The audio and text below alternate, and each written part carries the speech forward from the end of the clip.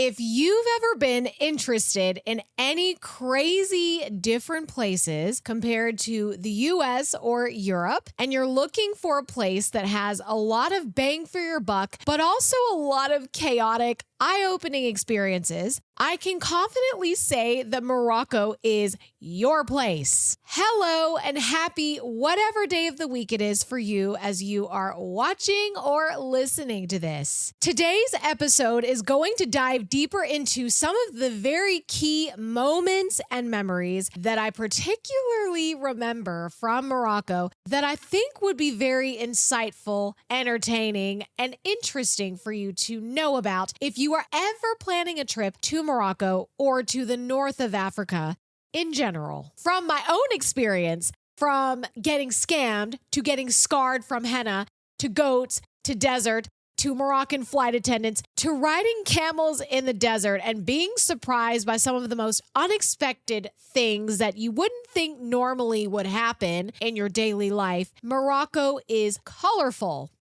And I would encourage anybody who has the chance to go to Morocco to really go and experience this crazy place for yourself. I personally went to Morocco 6 years ago. So in 2019, I went to Morocco with two of my good friends. All of us were living in France at the time, and we all went to Morocco for 10 days. Morocco is definitely one of those places that really oftentimes comes back to me when I think of how different and exotic, yet also very raw in terms of some of the realities of Morocco when you visit as a tourist. I really wish that I would have known some of these things before I even went in the first place. So without further ado, let's go ahead and jump into these mini stories from Morocco. I hope you enjoy.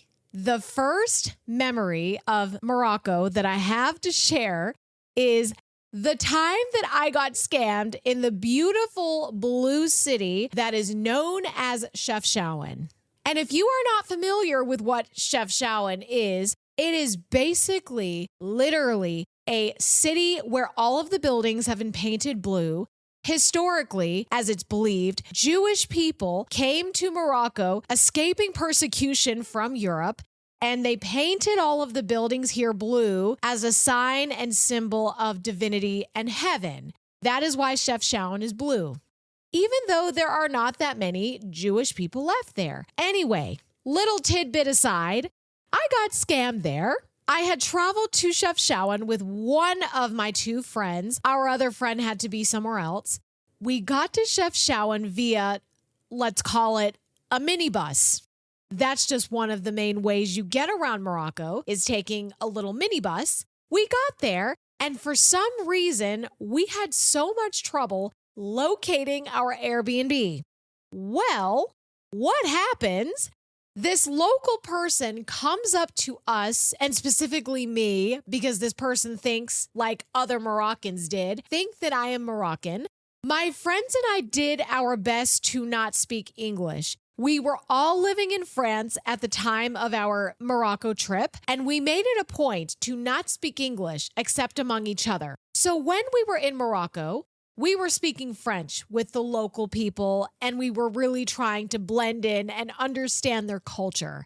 This local person comes up to me, and I tell him in French, "We need help. Can you please help us find this place?" I pulled up the place on my phone, and he said, "Yes, I know where that is. Follow me." And me, especially, naively thinking, oh, he's just being so nice. Yeah, I appreciate this country. Wow, all the generosity. I was just so naive. Followed this person up this really steep hill, and we eventually, because of him, found our Airbnb. Right at the end of the trek up this hill, he asked me for 50 euros. And I looked at him, and I was just thinking, what? 50 euros for you walking me up a hill and you giving me directions and some help? No. That brings me to another point that you need to know about Morocco. If you ever go, you need to negotiate price. A price tag that you see in any market can be negotiated. So don't necessarily accept the price. You need to haggle. You need to negotiate, especially in touristy places where you might be overcharged anyway. So when this person said 50 euros, of course, I'm thinking, no, that's ridiculous. So I haggled a little bit and he pushed back, and eventually we agreed on 20 euros. Gave him 20 euros because he walked me up a hill, and it did help us find our Airbnb. So whatever, you need to be prepared to negotiate price. And unlike me, don't take random walks and directions from strangers in places like Morocco, because there is a good chance that a person will want some sort of compensation in return, because that's just what happens when you are in the north of Africa. So be very aware of that. My next Morocco memory involves a Moroccan flight attendant. My two friends and I were taking a flight from Tanger in the north of Morocco to Marrakech. We were all sitting in different parts of the plane because we just didn't book together. We were super cheap and we're like, whatever, we'll see each other at the destination. I was sitting by myself and I noticed that there were two flight attendants working this specific flight. Both of them were pretty young, and one of them was a really attractive Moroccan guy. When he was giving out refreshments and food, I made eye contact with him. And he was pretty flirty and he was really nice. He was attractive, so I wasn't opposed to it. And even after he finished the refreshments and the food portion of the flight, he kept looking at me. And I smiled at him and he smiled back, and then he also winked. And not too long after he winked at me, he came up to me, and at first he didn't know what language to speak. He first tried Arabic, because he thought that, okay, I'm Moroccan, I must speak Arabic, but no. And when I didn't understand, he switched to French. But my French was not strong enough at that time to understand whatever it was he said. So then he switched to English, and then we found a common ground. We spoke in English, and he casually invited me to the back of the plane where we could drink coffee and talk, which I didn't know that was protocol, which actually it's probably not. But he invited me to the back of the plane. He said, come here, let's go to the back of the plane. And I followed him. I got out of my seat, and here I am just standing in the back of the plane when everyone else is sitting down. And I am with this attractive Moroccan flight attendant drinking coffee because he asked me what I wanted to drink. And that's what I said. And we were just talking. And he was pretty fascinating at the time. It's just bizarre, random situations like this that really make any sort of trip that much more interesting. This flight attendant and I actually did keep in touch for a little while after my Morocco trip had finished in general, but I honestly have since, for years, lost touch with him. The point that I wanted to get with this mini story, though, is the importance of meeting different people, whether you are single or whether you are not, but just simply meeting the local people in general and getting to interact with them makes your experience so much more enjoyable and memorable. Be open to talking to lots of different people because I don't think you will regret it. This next memory that I want to touch upon is actually reflective of a harsh reality when it comes to North Africa and a number of countries in general. This next story involves racism. And just a little disclaimer before I share the story. Not everybody in Morocco or in the north of Africa or in the world is racist, but it's really important to be aware that these sorts of things in many countries still happens. And it's so tragically wrong. But I hope that my own experience with what I'm about to share will make you a little bit more aware in general of this situation, because I absolutely was not. And this was my hugest mistake. My two friends and I were taking this long car ride. I don't remember where. We were taking a taxi to somewhere. And naturally, on a long car ride, you stop for bathroom breaks. There was a point in time when 2 out of the 3 of us had to stop for a bathroom break, including me. So my one other friend and I asked the driver to stop somewhere, and we do. We both get out of the car, and there were a couple of local Moroccans at this restaurant/cafe who were at the front of the restaurant. One of them took me in one direction, and the other took my friend in the other direction to go to the bathroom. What I thought had happened was the 2 guys at the restaurant had taken us to different restrooms that were the same. But that's not what happened. One of the guys took me to a pretty regular restroom with a toilet and toilet paper. I mean, just like your standard bathroom. My friend, on the other hand, was taken to a hole in the ground with like nothing. And that was her bathroom. My friend is Haitian American, and I had no idea that this was happening at the time. And my friend even got very upset that I had not stood up for her and that I hadn't said anything because I was oblivious and didn't notice it. So we both got back from the bathroom. I had not realized that my friend was so irritated, and especially at me, I actually didn't even notice that she was basically distraught and really annoyed. It wasn't until later that night that I found out what happened, and I really apologized and felt horrible. I really was a horrible friend, and I should have stood up for her had I actually realized what that was, that it was a racist bathroom situation in Morocco, discriminatory, absolutely wrong. If you go to Morocco, you really need to be aware that this situation can happen, and you need to know how to respond to it. These next 2 observations that I'm going to share really throw your mind in for a loop if you are not aware of them in advance. They are small things, but when you see them, you really think that you're looking into another world for a second or 2. The first little mind-blowing phenomenon in Morocco that you will find if you take a cross-country trip via car or taxi or bus or whatever is you just may see goats in trees.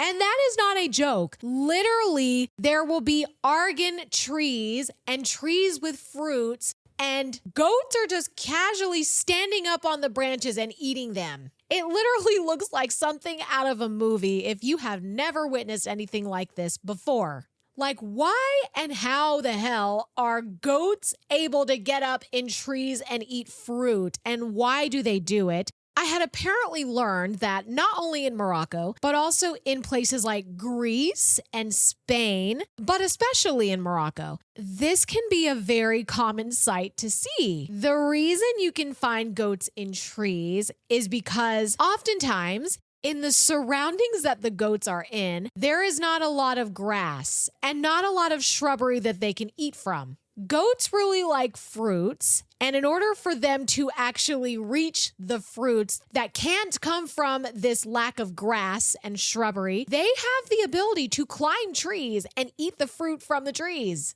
Goats also have the agility and balance to be able to make it happen. Most people would never be able to actually picture this, since in the US and for the majority of Europe, that is just not a sight you see. You don't casually walk outside and see goats eating fruits from trees and standing on the branches all over the tree. It's an interesting phenomenon, and one that is very special to Morocco. The first time that I saw goats in trees, I was so mesmerized. This second thing is actually a little bit more innocent and not nearly as wild as goats in trees. But at the same time, it still really threw my friends and I for a loop when this happened. My couple of friends and I were at a restaurant for lunch. We looked at the menu and we wanted to order apple juice. It sounds very simple. Apple juice.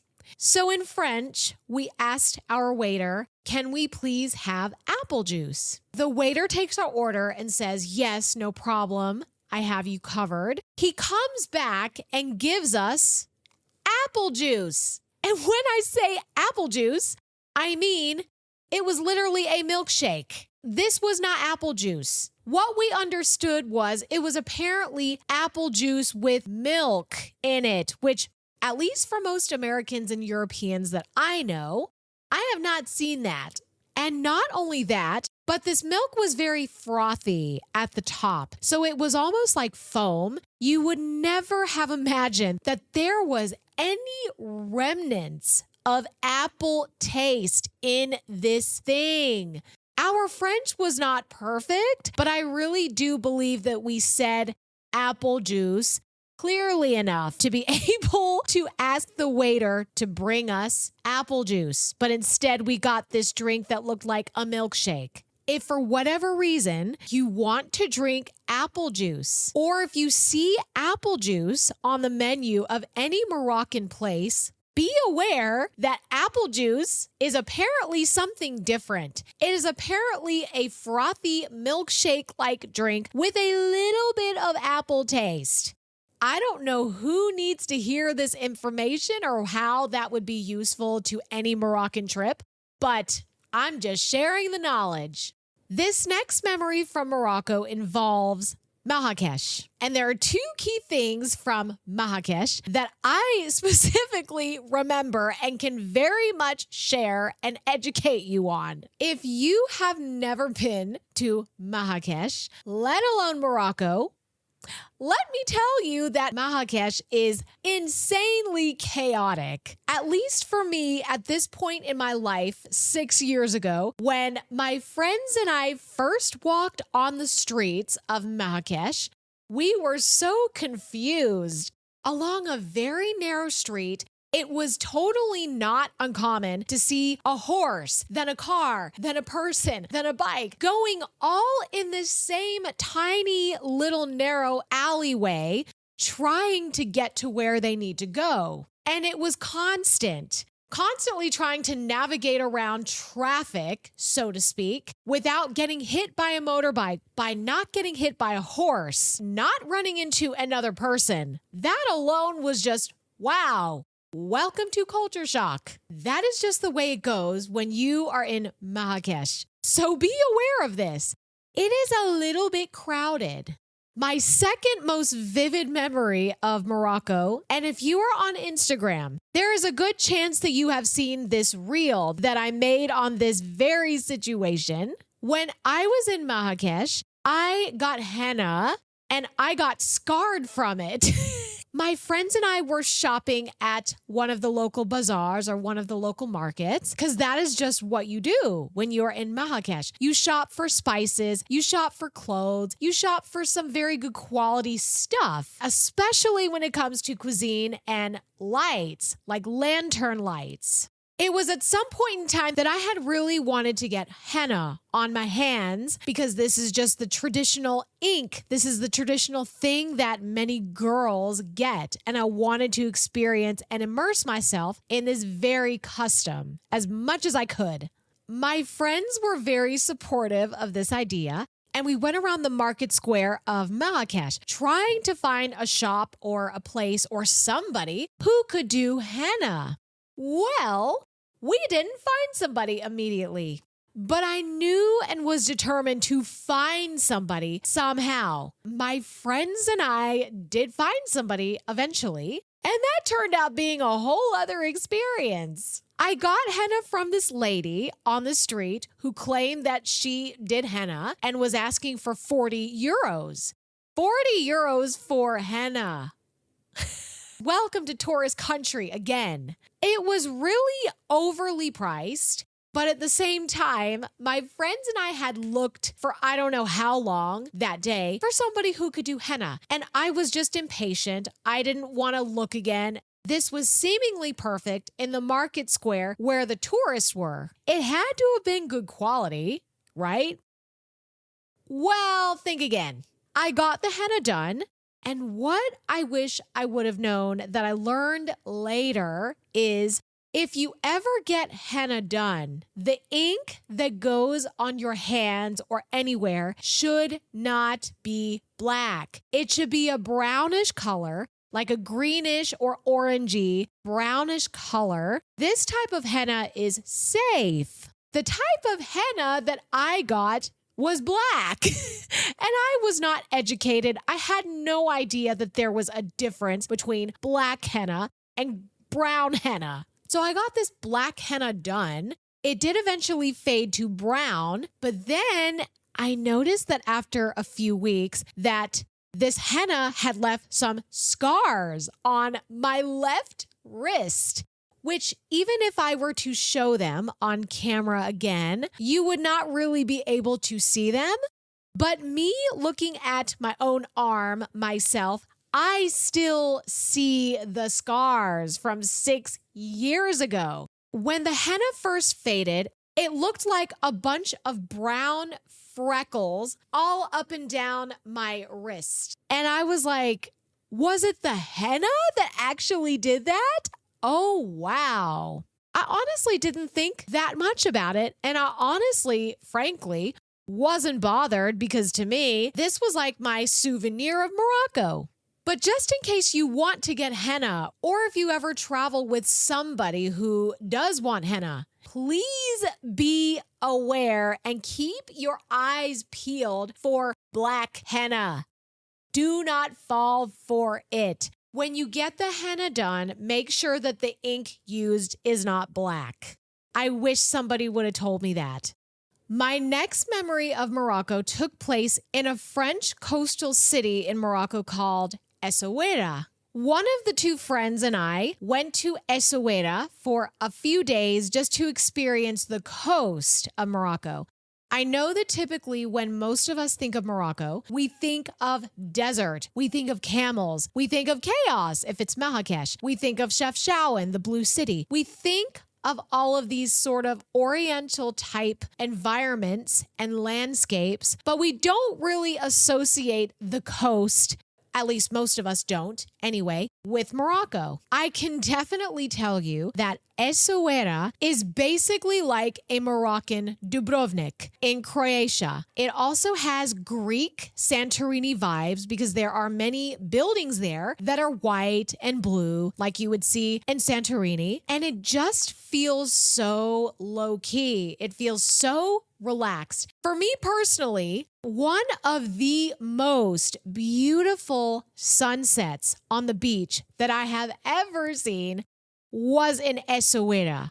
I cannot recommend this place enough for any sort of sunset. Majestic to say the least. I remember when my friend and I were in Essaouira, there was this one day when we were walking along the beach and there were camels on the beach. So you had camels walking on the beach, and then out of nowhere, there was this random Moroccan dude on a four-wheeler, and out of nowhere, he came up to us, and specifically me, again, because I looked Moroccan. And he asked me, "Do you want a ride?" And I had to think about it for a second because I didn't want to leave my friend. I didn't feel like a good person just taking this random ride on the beach with camels and leaving my friend there. But somehow in the end, she seemed to be okay.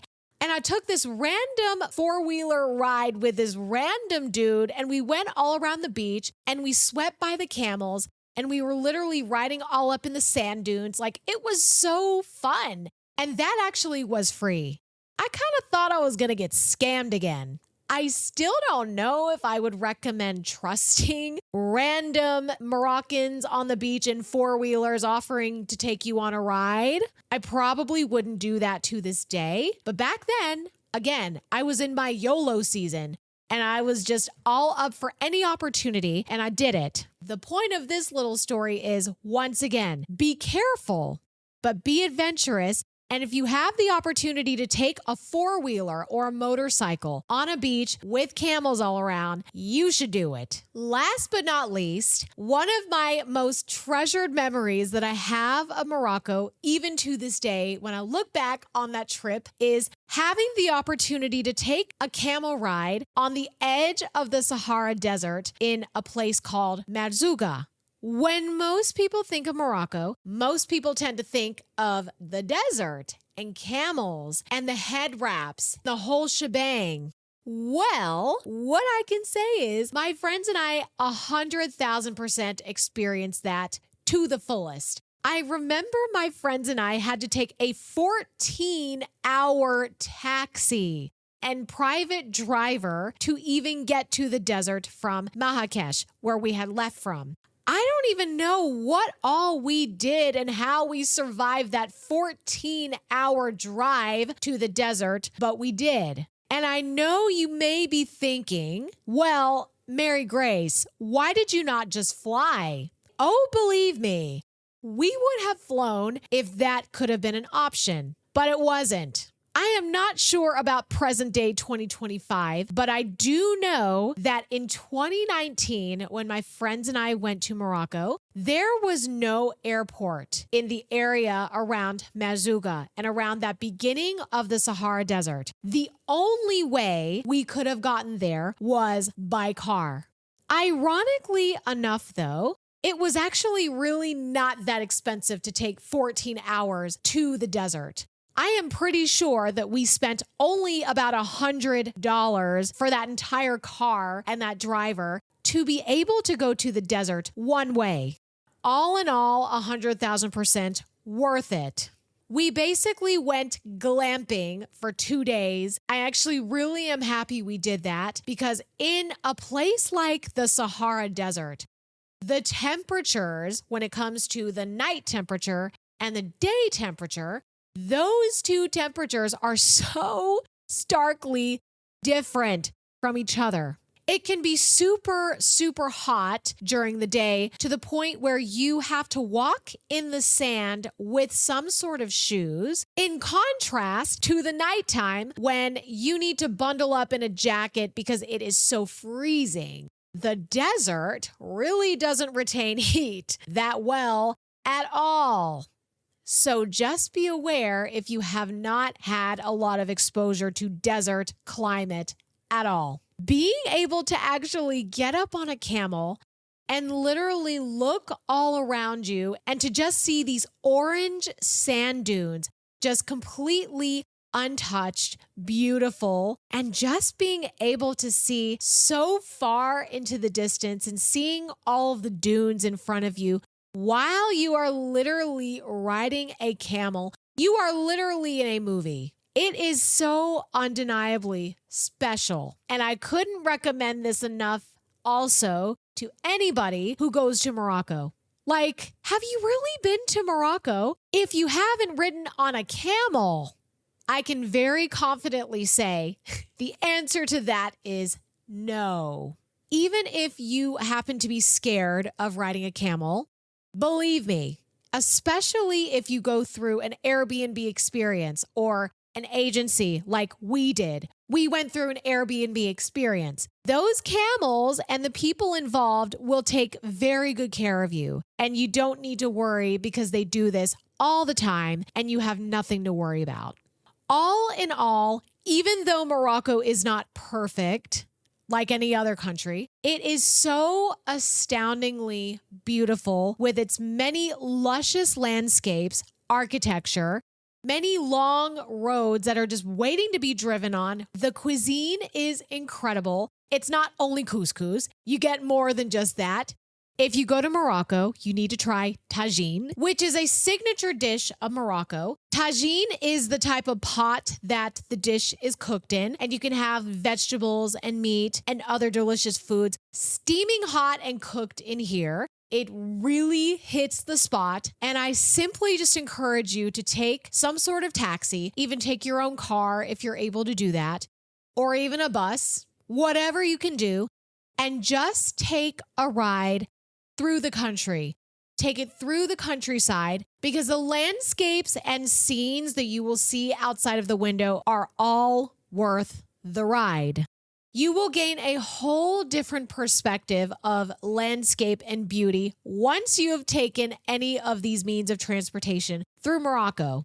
So those are the moments that comprise of this handful of all sorts of crazy memories in Morocco. These are not the only ones. There are actually some more, but for the purpose of more brevity for this episode, I'm going to go ahead and end our Morocco journey here. If you are interested in a part 2, then please do let me know on Instagram at onceuponatrip.pc or on my host account at Mary Grace Crawford. Feel free to let me know your feedback, and also, as always, to share any similar experiences, anything that you particularly have witnessed in another country that was really weird, or just something that you didn't expect to see yourself. I really do hope that with today's episode that you took some new little tidbits away when it comes to Moroccan culture, people, and environment.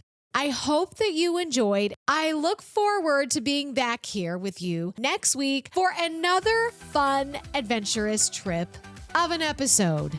I will see you next Tuesday.